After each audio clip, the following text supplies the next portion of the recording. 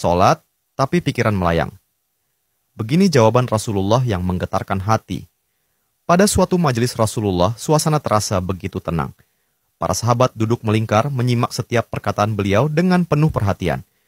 Namun, di antara mereka, ada seorang sahabat yang tampak gelisah. Jemarinya saling menggenggam, matanya menunduk, dan napasnya terasa berat. Setelah beberapa saat ragu, ia akhirnya mengangkat wajah dan berkata dengan suara lirih, "Wahai Rasulullah, aku ingin bertanya, tetapi aku khawatir pertanyaanku ini akan membuatku semakin malu di hadapan Allah." Rasulullah pun tersenyum lembut, menatapnya penuh kasih sayang. "Katakanlah, wahai saudaraku, tidak ada pertanyaan yang membuat seseorang hina jika ia bertanya untuk mencari kebaikan." Sahabat itu menarik napas dalam, matanya mulai berkaca-kaca.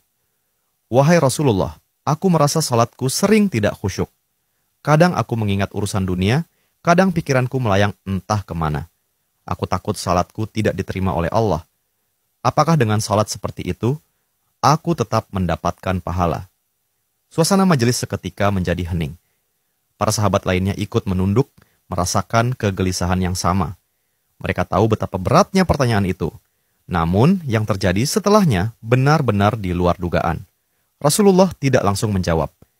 Beliau menatap sahabat itu dengan penuh kelembutan. Lalu tiba-tiba air mata mulai membasahi pipi beliau. Para sahabat terkejut. Mereka jarang melihat Rasulullah menangis dalam situasi seperti ini. Dengan suara bergetar, beliau berkata, "Demi zat yang jiwaku berada di tangannya, sungguh setan tidak akan pernah berhenti berusaha mencuri bagian dari salat seorang hamba hingga ia teralihkan. Tetapi ketahuilah, Allah tetap melihat usahamu." Rasulullah menarik napas dalam, lalu melanjutkan, "Wahai saudaraku, jika engkau meninggalkan salat hanya karena takut tidak khusyuk, maka setan akan menang. Tetapi jika engkau tetap berusaha salat meski pikiranmu teralihkan, ketahuilah bahwa setiap kali engkau berusaha kembali kepada Allah dalam salatmu, saat itulah Allah menyambutmu." Mendengar itu, sahabat tersebut tak mampu menahan tangis. Begitu pula para sahabat lainnya. Kemudian Rasulullah melanjutkan dengan penuh kelembutan. Bayangkan seorang ibu yang melihat anaknya berjalan ke arahnya, tetapi anak itu sering jatuh dan tersandung. Apakah sang ibu akan marah? Tidak. Ia justru akan berlari menghampirinya, mengangkatnya, dan mendekapnya erat. Itulah Allah. Ia lebih penyayang daripada seorang ibu kepada anaknya. Selama engkau terus kembali, Allah akan selalu menerimamu. Air mata mengalir di pipi sahabat itu. Kata-kata Rasulullah begitu menusuk hatinya. Sejak hari itu, ia tidak lagi putus asa dalam sholatnya.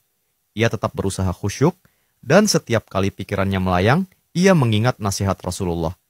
Setiap kali engkau berusaha kembali, saat itulah Allah menyambutmu. Jangan pernah berhenti. Berusaha. Jika kisah ini membuka wawasan kita, yuk berbagi.